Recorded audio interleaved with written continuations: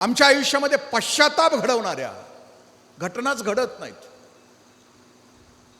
म्हणजे आम्ही आलोय हा प्रवास करून इथपर्यंत, आम्ही शुद्धतेचा प्रवास करत इथं, म्हणजे मगाशी तो स्वतःही उद्विग्न होत नाही आणि कुणालाही उद्विग्न करत नाही असा मार्ग ज्याचा चालू झालाय तो या टप्प्यापर्यंत पोहोचला, मोटके गुरुमुखे, आणि मग त्याची बुद्धी हे अंतिम सत्य प्राप्त करणे. थांबायचंय का?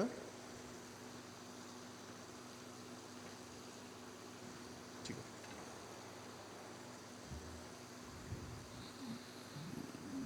तो जर राजयोगी असेल, त्याची साधना गुरुदेव सांगतात, म्हणजे तुला एकाच आसनामध्ये सलग 3 तास बसता येत असेल तर तू 6व्या अध्यायाकडे जा, राजयोग कर. पण राजयोग करायला पुन्हा 8 टप्पे आहेत. यम, नियम, आसन, प्राणायाम, प्रत्याहार, धारणा, ध्यान आणि समाधी. यम नियमामध्ये आणखीन आहे, अहिंसा, सत्य असते, अपरिग्रह, ब्रह्मचर्य. नियमामध्ये शौच, संतोष, तप, स्वाध्याय, ईश्वर प्रणिधान असते. राजयोग आपल्यासाठी नाही आहे, कारण आपल्या सगळ्यांच्या लक्षात आलं असेल. बरोबर 1 तास झाला मला, एक 2-4 जण सोडली तर कुणीच, त्यांनी आसनं बदलले 10 वेळा, एकदा ह्या बाजूला एकदा ह्या बाजूला. काही जण तर झोपतच ऐकतात. निदान ऐकतात हे तरी चांगलं आहे, विषयपदी वाईट काही नाही आहे. म्हणजे राजयोग आमच्यासाठी नाही आहे, कारण खरं बोलावं लागतं त्याच्यामध्ये राजयोग याला. आपण सगळ्यांनी उद्या संध्याकाळपर्यंत आई शपथ खरं बोलायचं ठरवा, एकदाही खोटं नाही बोलवायचं. म्हणजे मोबाईलवर गुंजाळवाडीतच आहे असं सांगायचं, असेल तिथंच सांगायचं. म्हणजे राजयोग आमच्यासाठी नाही, कारण त्याच्यासाठी सत्य बोलावं लागतं.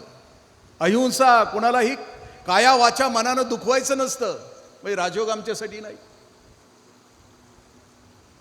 ज्ञानयोग आमच्यासाठी नाही, कर्मयोग नाही, मग आमच्यासाठी भक्तियोग आहे. गुरुदेव आम्हाला भक्तियोग का सांगतात? आम्ही गुरूंच्यावर प्रेम का करायचं? आमचं ज्याच्यावर प्रेम असतं ना त्याच्यासाठी आम्ही काहीही त्याग करतो. एक या देशातली खूप मोठी उद्योगपती आहे, खूप दान करते. ओरिसामध्ये 1,500 हॉस्पिटल्स तिनं काढलेत, मोफत आहेत. 1.5 लाख लेकरं आतापर्यंत तिनं शिकवले, जो दारात आला ते पोरग शिकवले. ते खूप दान. तिनं 20 वर्षापूर्वी भक्ती, प्रेम या शब्दाचा अर्थ करा. भक्ती म्हणजे प्रेम. वडील 20 वर्षापूर्वी तिचे गेले, त्या माऊलीचे.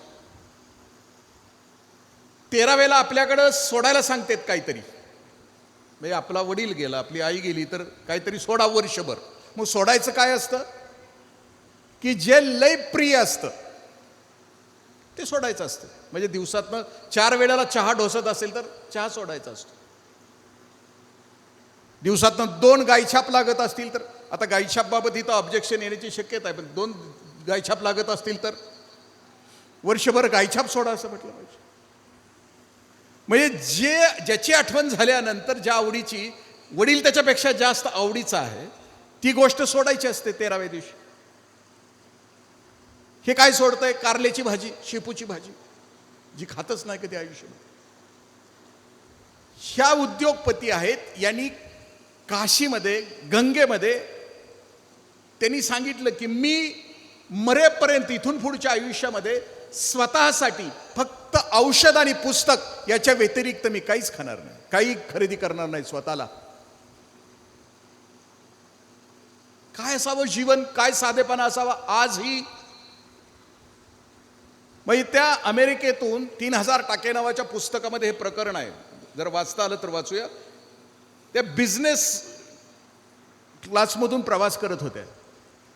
त्यांच्या अंगावरची साडी सामान्य होती आणि आजूबाजूला बसलेल्या श्रीमंत स्त्रिया त्यांना असं म्हणत होत्या की हे केटल केडर कसं काय आलं गाडी बिझनेस क्लासमध्ये. म्हणजे विमानात पण असं असतंय, वरचा एक मजला खर्चा, वरचा खूप श्रीमंतांच्यासाठी. आणि ज्यावेळेला त्या परत आल्या आपल्या ऑफिसमध्ये, बेंगलोरमध्ये बसल्या होत्या, त्यावेळेला 15 दिवसानं याच महिला या माऊलीला देणगी मागायला आल्या होत्या. आणि त्यांच्या लक्षात आलं की आपण यांना हिनवलं होतं. आज